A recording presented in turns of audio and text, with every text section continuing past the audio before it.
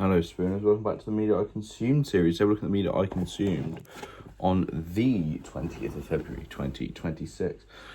Spoilers for things, but let's start with the TV. The Apprentice. The night before was Apprentice, season 20, episode 4. They had to make water bottles, and they were both kind of meh.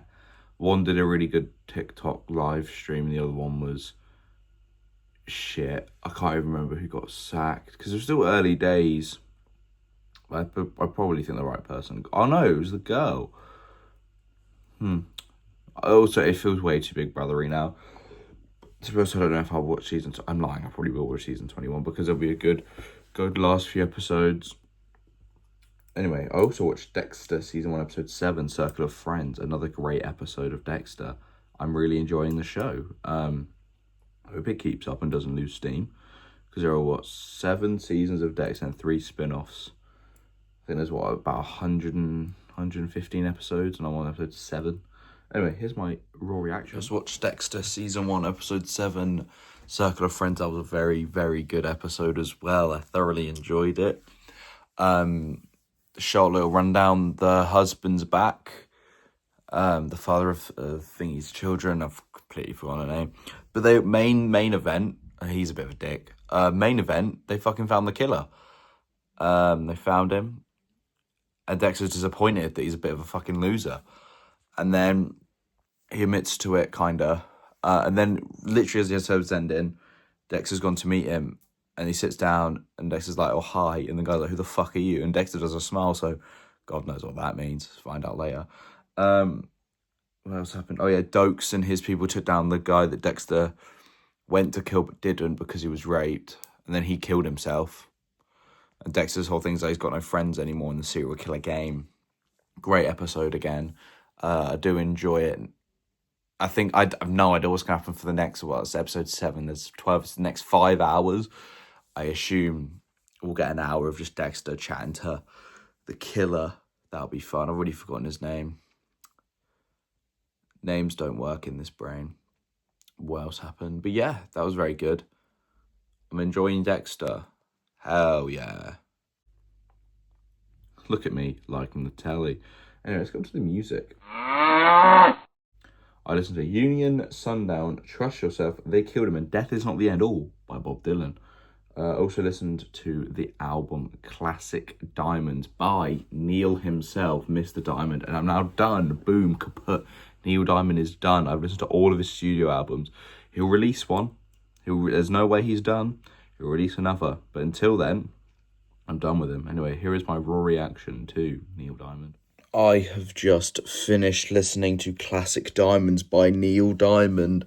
Again, no songs liked, but it's the last Neil Diamond album. It's just orchestral versions of his own music. And it's just slower.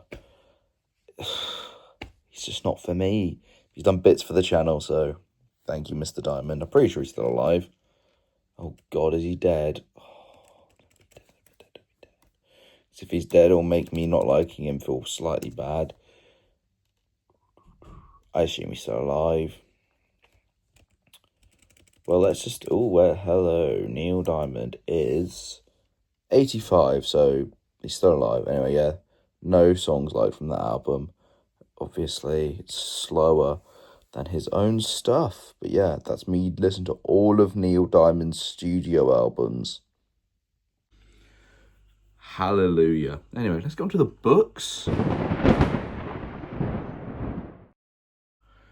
Obviously, university work. I forgot to mention this yesterday, so I mentioned it today. Chapter 1 last year's The Old Empire in Russia in Flames, War Revolution, Civil War by Laura Engelstein. And then Chapter 1, Russia at War, in Making War, Forging Revolution, Russia's Continuum of Crisis, 1914 to 1921, by Peter Holquist. Yep, university. They're just talking about Russia kind of before World War One and how the peasants are hungry. Also, Chapter 92 of Dice Man. He was, I believe, on a TV show trying to defend, well, he was on there in theory to defend the religion of the Dai, but he doesn't, he just doesn't say anything, and then some people come in with guns and I think hold the audience hostage. Anyway, let's go to the YouTube. Only one thing, the Wrestle Talk podcast, AEW booming again, and the Dynamite review. And it rings so true. When one is hot, one is not. I don't care. Elimination Chamber will be fine. I feel like we're going to have a mid-Mania this year. Not a bad one like last year, but also not a good one like 39 or 40. It kind of feels it. You never know who's in the box. I think it's Danhausen now, because he's out of contract, and he's kind of a comedy, spooky guy. But everyone says they're going to put the box in the chamber. Don't.